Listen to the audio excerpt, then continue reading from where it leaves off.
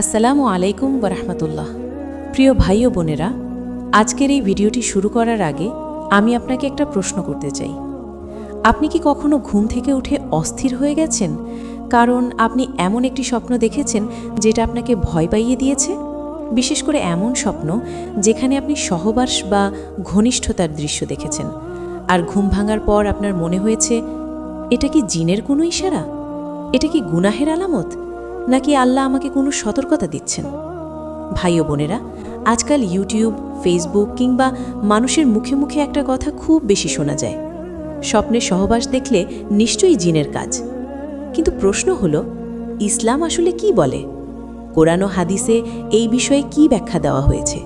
সব স্বপ্নই কি জিনের পক্ষ থেকে হয়, নাকি এর পেছনে অন্য রহস্য আছে? আজকের এই ভিডিওতে আমি আপনাকে ভয় দেখাবো না, আমি আপনাকে কুসংস্কারে ঠেলে দেব না, বরং কোরআন ও সহিহ হাদিসের আলোকে খুব শান্তভাবে, খুব বাস্তবভাবে বিষয়টা বুঝিয়ে দেব ইনশাআল্লাহ। রাসূলুল্লাহ সাল্লাল্লাহু আলাইহি ওয়াসাল্লাম বলেছেন, স্বপ্ন তিন প্রকার। একটি আল্লাহর পক্ষ থেকে সুসংবাদ, একটি শয়তানের পক্ষ থেকে দুঃখ ও ভয়, আরেকটি মানুষের নিজের চিন্তা ও অনুভূতির প্রতিফলন। সহিহ মুসলিম। তাহলে প্রশ্ন আসে, এই ধরনের স্বপ্ন কোন শ্রেণীতে পড়ে? এটা কি সত্যিই জিনের ইশারা, নাকি মানুষের অবচেতন মনের কাজ? ভাই ও বোনেরা, আজকের এই ভিডিওটি শেষ না করলে আপনি হয়তো ভুল ধারণা নিয়েই সারা জীবন ভয় থাকবেন। তাই অনুরোধ করব, মন খুলে ধৈর্য ধরে শেষ পর্যন্ত শুনুন। ইনশাআল্লাহ আজ জানলে সত্যিই আপনি চমকে যাবেন।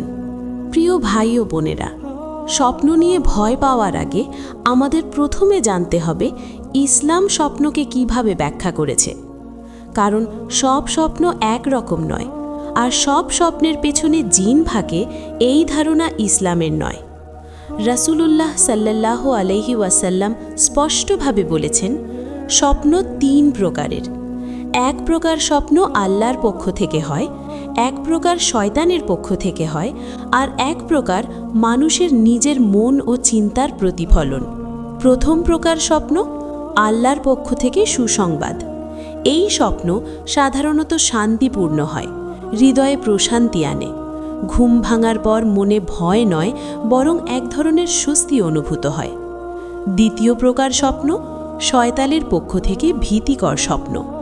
এই স্বপ্ন মানুষকে অস্থির করে, লজ্জা দেয়, ভয় দেখায়, গুনাহের দিকে ঠেলে দেয়। এমন স্বপ্ন দেখে মানুষ মনে করে আমি নষ্ট হয়ে গেছি, অথচ এটিই শয়তানের উদ্দেশ্য। তৃতীয় প্রকার স্বপ্ন নিজের মনের প্রতিফলন। দিনে যা ভাবি, দমিয়ে রাখি, কল্পনায় আসে, রাতে তা স্বপ্ন হয়ে দেখা দেয়। এতে জিনের কোনো ভূমিকা নাও থাকতে পারে। ভাই ও বোনেরা, তাই শুধু স্বপ্ন দেখলেই জিনের দোষ দেওয়া এটা ইসলামী জ্ঞান নয়, এটা অজ্ঞতা। সত্যটা বুঝলে ভয় অনেকটাই চলে যাবে ইনশাল্লাহ। প্রিয় ভাই ও বোনেরা, স্বপ্নে সহবাস দেখা মানেই জিনের উপস্থিতি, এই কথা ইসলামে কোথাও বলা হয়নি। বরং ইসলাম আমাদের বাস্তব ও গভীর দৃষ্টিতে বিষয়টি বুঝতে শেখায়।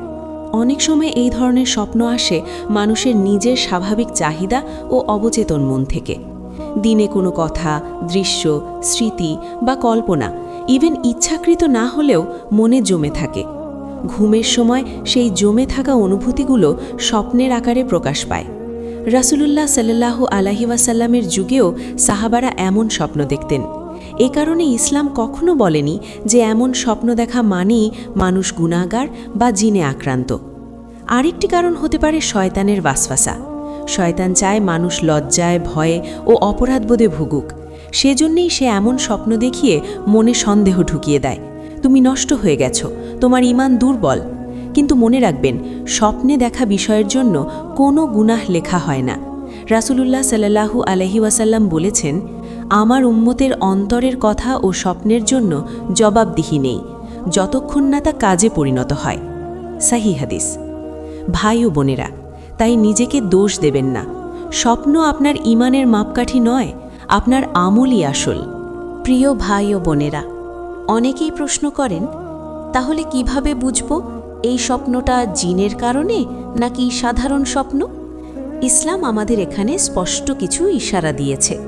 প্রথম পার্থক্য হল স্বপ্নের প্রভাব। সাধারণ স্বপ্ন দেখলে ঘুম ভাঙার পর কিছুক্ষণ অসুস্থ থাকলেও তা ধীরে ধীরে চলে যায়, কিন্তু শয়তানি বা জিন প্রভাবিত স্বপ্ন হলে মানুষের মনে গভীর ভয়, ঘৃণা, লজ্জা ও অস্থিরতা তৈরি হয়। দ্বিতীয় পার্থক্য হল স্বপ্নের পুনরাবৃত্তি। একই ভীতিকর বা অশালীন স্বপ্ন বারবার দেখা, বিশেষ করে ইবাদতের সময় কমে যাওয়া, এটা শয়তানের ওয়াসওয়াসার লক্ষণ হতে পারে। তৃতীয় পার্থক্য হল ইবাদতে প্রভাব। জিন বা শয়তানি স্বপ্নের উদ্দেশ্য একটাই, মানুষকে নামাজ, কুরআন ও দোয়া থেকে দূরে সরিয়ে দেওয়া। স্বপ্নের পর যদি আপনার মন ইবাদতে অনীহা বোধ করে, তাহলে বুঝবেন এটা আল্লাহর পক্ষ থেকে নয়। কিন্তু মনে রাখবেন, সব ভীতিকর স্বপ্নই জিনের কাজ নয়। অনেক সময় শারীরিক ক্লান্তি, মানসিক চাপ বা ঘুমের অনিয়ম থেকেও এমন স্বপ্ন হয়। ইসলাম আমাদের শিখিয়েছে ভয় নয়, বরং আল্লাহর উপর ভরসা করতে, কারণ আল্লাহর স্মরণে শয়তান সবচেয়ে দুর্বল। প্রিয় ভাই ও বোনেরা, যদি আপনি এমন কোনো অস্বস্তিকর বা ভীতিকর স্বপ্ন দেখেন, তাহলে ভয় পাবেন না। ইসলাম আমাদের স্পষ্ট পথ নির্দেশনা দিয়েছে এমন স্বপ্ন এলে কি করতে হবে। রাসূলুল্লাহ সাল্লাল্লাহু আলাইহি ওয়াসাল্লাম বলেছেন, তোমাদের কেউ অপছন্দনীয় স্বপ্ন দেখলে সে যেন বাম দিকে 3 বার হালকা ফু দেয়, শয়তান থেকে আল্লাহর কাছে আশ্রয় চায় এবং সেই স্বপ্ন কাউকে না বলে। সহি মুসলিম। প্রথম করণীয় আউযু বিল্লাহ পড়া। ঘুম ভাঙার সঙ্গে সঙ্গে বলুন, আউযু বিল্লাহি মিনাশ শাইতানির রাজিম। দ্বিতীয় করণীয় স্থান পরিবর্তন করা। যে পাশে ঘুমিয়েছিলেন সেখান থেকে পাশ ফিরে নিন, এটা শয়তানের প্রভাব ভাঙতে সাহায্য করে। তৃতীয় করণীয় দোয়া ও জিকর। আয়াতুল কুরসি, 3 কুল, ইখলাস, ফালাক, নাস পড়ে নিজের ওপর ফু দিন। এগুলো শয়তান ও জিন থেকে সবচেয়ে শক্তিশালী হিফাজত। আরেকটি গুরুত্বপূর্ণ কথা, এই স্বপ্নের জন্য আপনি গুনাহগার নন। আল্লাহ বান্দার অন্তরের দুর্বলতা জানেন, তাই তিনি দয়ালু। ভাই ও বোনেরা, ভয় নয়, আল্লাহর দিকে ফিরে যাওয়াই এই স্বপ্নের সবচেয়ে বড় চিকিৎসা। প্রিয় ভাই ও বোনেরা, আজকের এই আলোচনা শেষে আমি শুধু একটি কথাই আপনাকে মনে করিয়ে দিতে চাই। স্বপ্ন আপনাকে সংজ্ঞায়িত করে না, আপনার ঈমান আপনাকে সংজ্ঞায়িত করে। আপনি যদি কখনো এমন স্বপ্ন দেখে ভয়ে কেঁপে ওঠেন, মনে মনে নিজেকে দোষী ভাবেন আমি বুঝি আল্লাহ থেকে দূরে চলে যাচ্ছি, তাহলে জানবেন এই কষ্টটা আল্লাহ দেখছেন। আল্লাহ তাআলা কুরআনে বলেন, আল্লাহ কোনো প্রাণের ওপর তার সাধ্যের অতিরিক্ত বোঝা চাপান না। সূরা বাকারা 286। স্বপ্ন এমন একটি জিনিস যার ওপর আপনার কোনো নিয়ন্ত্রণ নেই, তাই এর জন্য আল্লাহ আপনাকে কখনো শাস্তি দেবেন না। বরং আপনি যখন ভয় পেয়ে আল্লাহর কাছে আশ্রয় চান, তখনই প্রমাণ হয় আপনার ঈমান এখনও জীবিত। মনে রাখবেন, শয়তান চায় আপনি আল্লাহকে ভয় পান না, বরং আল্লাহ থেকে দূরে সরে যান। কিন্তু আপনি যখন নামাজে দাঁড়ান, যখন চোখের পানি নিয়ে দোয়া করেন, তখন শয়তান পরাজিত হয়। ভাই ও বোনেরা, স্বপ্ন নিয়ে আতঙ্ক নয়, স্বপ্নের পর আল্লাহর দিকে ফিরে যাওয়াই আসল সফলতা। এই ভিডিওটি যদি আপনার হৃদয়ের সামান্য শান্তি এনে থাকে, তাহলে একজন কষ্টে থাকা মানুষকে এটি পৌঁছে দিন। হয়তো আপনার শেয়ারই কারো অশান্ত রাতের শান্তির কারণ হয়ে যাবে।